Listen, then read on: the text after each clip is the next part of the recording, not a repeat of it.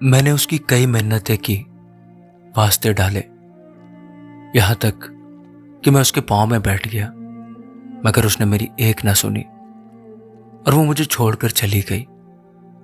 मैंने कभी सोचा भी नहीं था कि वो कभी मेरे साथ ऐसा करेगी। वो तो किसी दौर में मुझे कहा करती थी कि मैं तुम्हारे बगैर मर जाऊंगी, लेकिन उसने तो मुझे मार ही डाला। मुझे आज भी याद है उसके वो आखिरी अल्फाज। उसने मुझसे कहा था कि तुम मेरी जिंदगी की सबसे बड़ी गलती हो।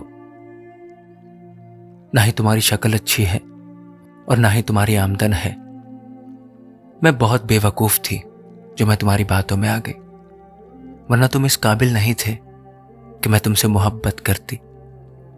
उसके इन अल्फाजों ने जो मेरी रूह को जख्म दी है, वो जख्म मुझे आज तक अजियत दे रहे हैं। मैं खुद को दुनिया का सबसे बेहिस इंसान समझता हूं, जिनको मैं अल्फाजों में बयान नहीं कर सकता कि मैं उससे कितनी मोहब्बत करता हूं।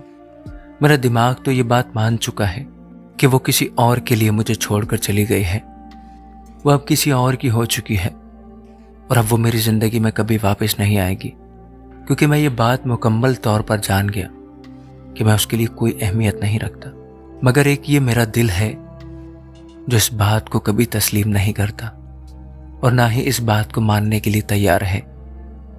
मेरा दिल कहता है वो अब भी मेरी है और वो जल्दी मेरी जिंदगी में वापस लौट आएगी।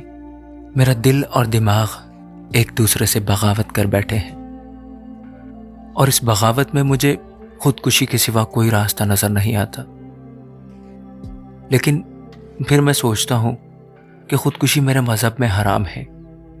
अगर ऐसा किया तो मेरी आखिरत भी खराब होगी और मेरा अल्लाह भी मुझसे बहुत नाराज होगा। मैं आज सोचता हूं कि मैंने जिंदगी में मोहब्बत करके दुनिया की सबसे बड़ी गलती की है और शायद ये मेरी जिंदगी की भी सबसे बड़ी गलती हो।